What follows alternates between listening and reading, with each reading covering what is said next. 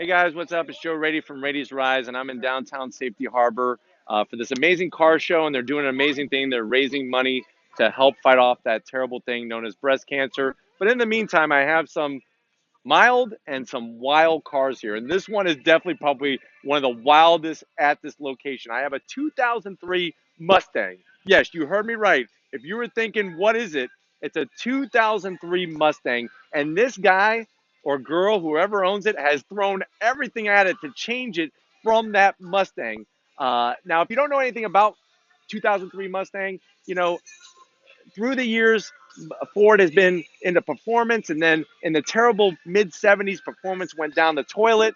In the 80s, the Fox body Mustang brought performance back all the way through the 90s. And then with this 2003, it was right near the end of that whole retro styling to begin. Because remember, 2005 is when they went to the retro styling. But anyways, let's check out this 2003 Mustang. Now, you can see that this is when, by this time, Ford had switched to an overhead cam V8 engine. It's supercharged, so that's what this top-mounted part is here. And you can see the pulley is what's driving the supercharger. So when it comes to supercharger, that's going to give you extra performance. It's going to give you extra power, but it does draw some power off the engine.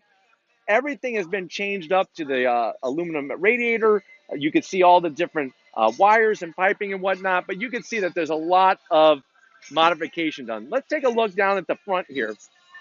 The front, he decided to still keep it 2003 Mustang. These vents are functional for brake cooling. You can see that huge triple core aluminum radiator down there.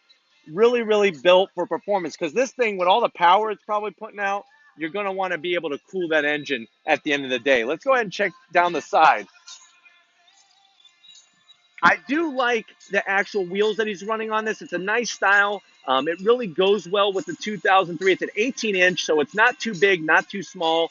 I like the cross-drilled and slotted rotors. One thing I do not like is I don't like the cover that is on the brake caliper. If you're going to go this wild, I want to see some Willwood brakes. I want to see some Brembos, something like that. But still, obviously, lots of modifications from that 2003 original factory Mustang. Let's check out these doors. This car has full Lambo doors. It's crazy how there's companies now that actually make this doable on any car. And you could see here how they have the mounts and the struts so that when you're able to open up the door and get out, and it's structurally sound.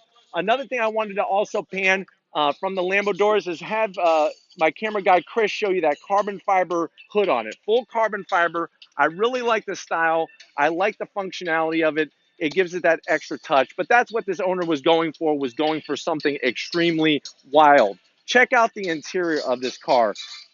Dual bride, full bucket seats with Kevlar backing, nitrous oxide system. So this guy isn't hiding anything. He's right there telling you there's extra performance here besides that supercharger. It's got your 6-speed manual transmission. Check out that steering wheel. That's definitely not stock, but you can see lots of changes to go from mild to wild, full instrumentation. It's unbelievable what this owner, with his imagination and of course his wallet at the end of the day, was able to change. I do like the Speedster tonneau cover here that's going to hide that top when it's down. This was something that came out with Steve Saleen and the Mustangs that he was modifying. So it's very interesting touch.